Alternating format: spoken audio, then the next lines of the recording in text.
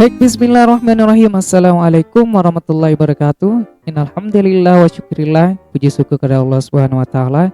Allah masih memberikan nikmat kepada kita bersama sehingga kita dapat menjalankan kehidupan ini dengan sebaik-baiknya, dengan kehidupan yang diridai oleh Allah Subhanahu wa taala. Amin. Baik, bertemu kembali bersama kami back to channel ada materi tertain. Sedikit berbagi informasi kepada teman-teman semuanya. Kabar gembira untuk kita semuanya, bahwasanya nanti akan dibuka kembali tes CPNS tahun 2021. Mudah-mudahan ini rezeki kita teman-teman ya. Di mana sudah dikutip ini di tribunkaltim.com, pemerintah berencana membuka kembali penerimaan CPNS tahun 2021 teman-teman. Sebelumnya penerimaan CPNS 2020 ditiadakan oleh pemerintah. Selain karena rangkaian CPNS 2019 belum selesai, pandemi virus corona juga menjadi alasan tak dibukanya penerimaan CPNS tahun 2020. Meski demikian ada perbedaan di CPNS 2021 ini dengan sebelumnya. Jadi teman-teman, intinya di sini akan ada pembukaan atau penerimaan CPNS tahun 2021 di mana CPNS 2020 tidak diselenggarakan karena yang pertama pandemi virus corona, itu alasannya. Yang kedua masih adanya proses terjadinya tes SKB tahun 2019 teman-teman di 2020.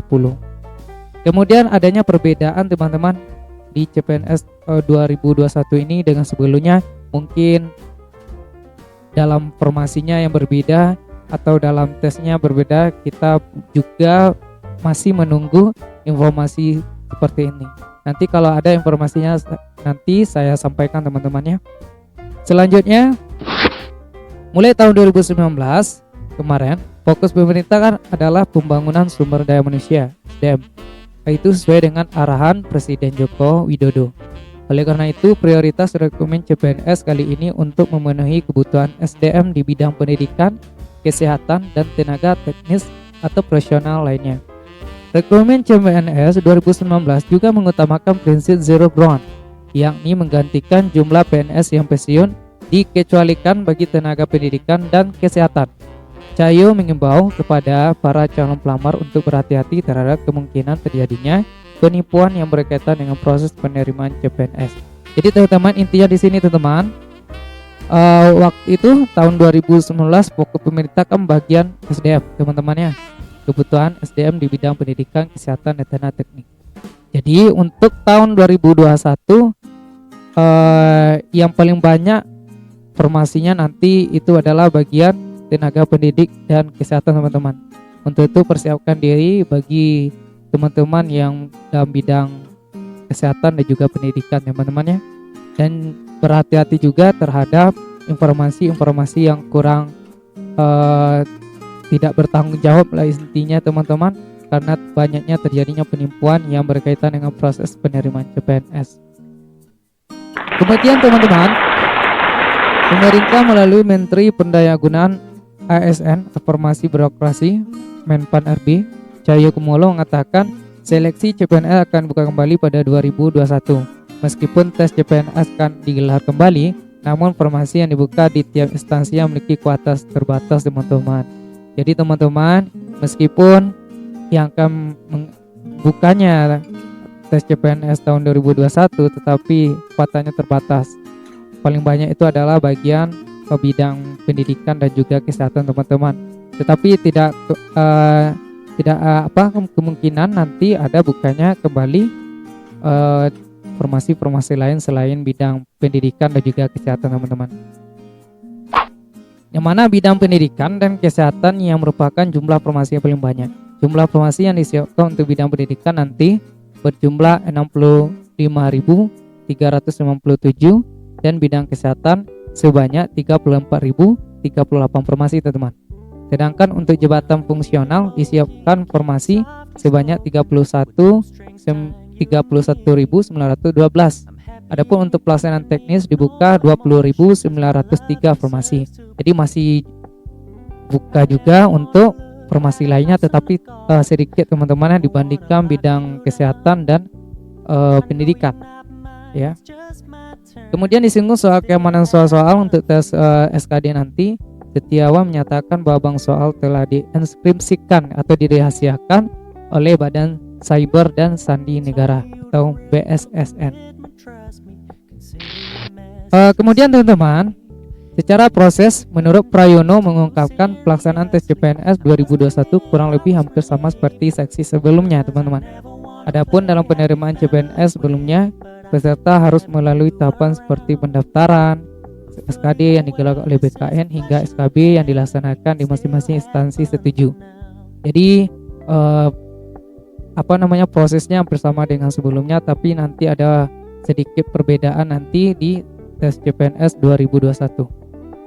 Kalau memang mau dibuka sebenarnya prosesnya juga tidak jauh berbeda. Ini kata Prayono, mungkin yang berbeda adalah prioritas formasi yang akan dibuka atau dibutuhkan. Tapi saya belum bisa ngasih informasi pada apa saja formasi tersebut. Itu Prayono. Jadi sama dengan seksi sebelumnya, berbeda adalah prioritas formasinya teman-teman. Yang paling banyak adalah bidang kesehatan dan pendidikan. Kemudian Andi belum merinci waktu pelaksanaan rekrutmen tahun depan. Ia menambahkan untuk lowongan CPNS guru tengah dilakukan validasi. Jumlah kebutuhan CPNS guru untuk tahun 2021 saat ini masih dalam proses validasi, termasuk proses validasi dengan menggunakan data Dapodik dari Kemendikbud serangnya. Jadi teman-teman, ini mungkin peluang besar juga untuk honorer pada tes tahun CPNS 2021, di mana nanti pada tahun 2021 itu akan diutamakan atau diprioritaskan honorer karena dia menggunakan data Dapodik dari Kemendikbud, teman-teman.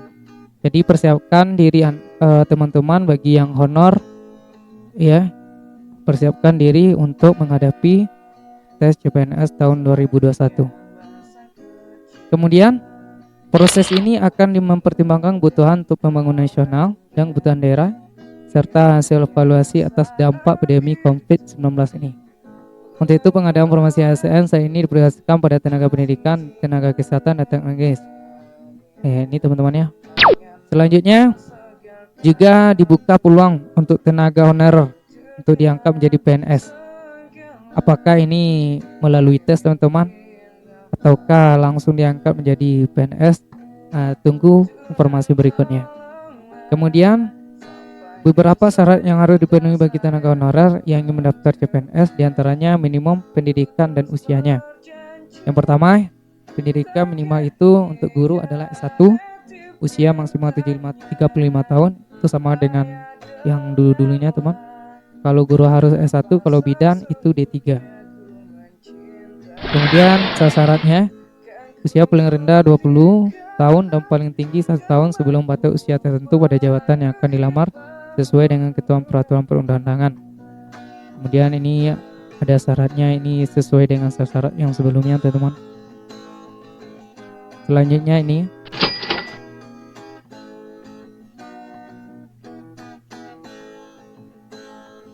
lanjut,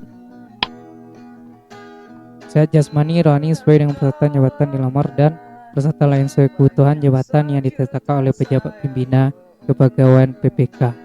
Jadi teman-teman, ada peluang besar nanti bagi honorer yang sudah lama mengabdi di sekolah-sekolah atau di instansi-instansi negara, di mana nanti apakah tes tersebut apakah honor tersebut diangkat langsung menjadi PNS atau melalui tes, nanti kita tunggu informasi berikutnya teman-teman.